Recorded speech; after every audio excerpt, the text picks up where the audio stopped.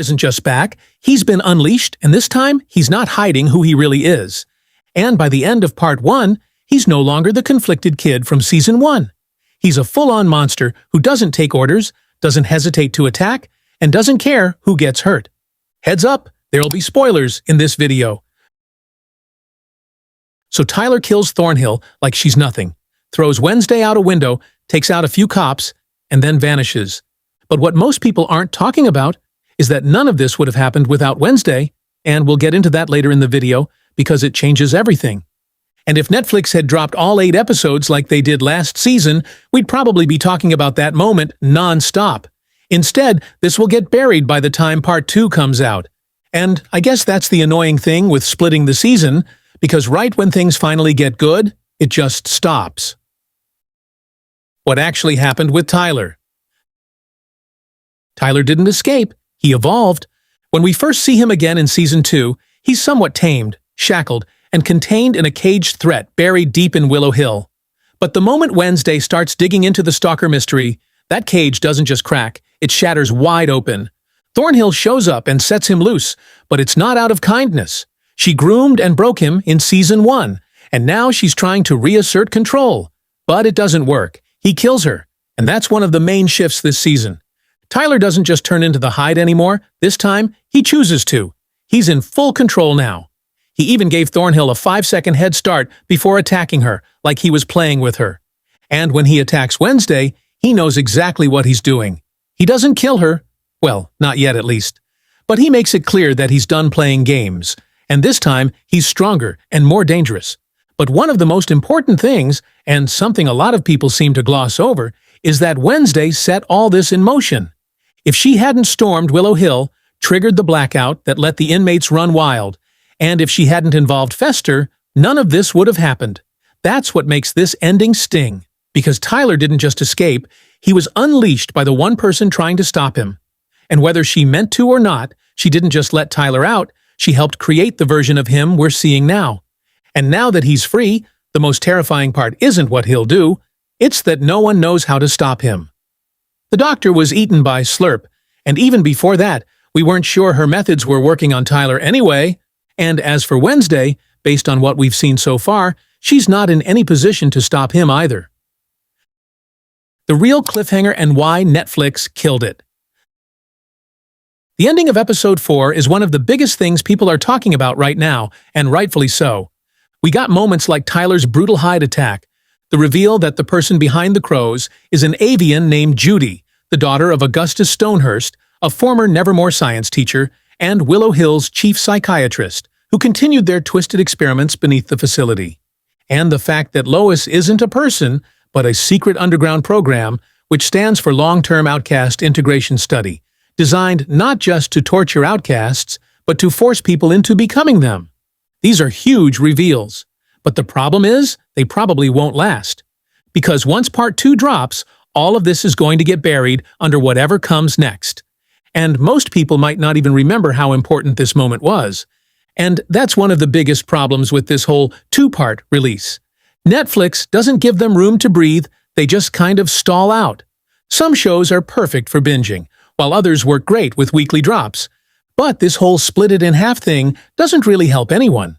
So instead of giving us all 8 episodes to feel the full weight of Tyler's return, they cut the season in half, with 4 episodes now and another 4 episodes a month later, without any resolution or immediate follow-through, but just a cliffhanger with nowhere to go. And for a character like Tyler, a villain whose presence depends on momentum and chaos, that kills the energy, because the story finally catches fire, and then nothing. Some people haven't even started watching yet. Others are waiting until September to binge it all. And the ones who did watch are left with half a story.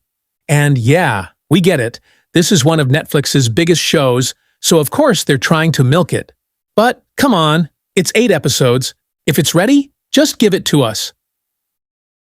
Tyler could be Wednesday's mirror. What makes Tyler so important isn't just that he's unleashed his powers, it's that he reflects everything Wednesday is trying to avoid. In Season 1, she thought she understood him.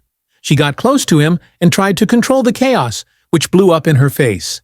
And Season 2 shows the fallout of that mistake, but it goes deeper. Tyler isn't just a Hyde, he's what happens when someone's pain festers in silence and when they're twisted by people who pretend to care. Does that sound familiar?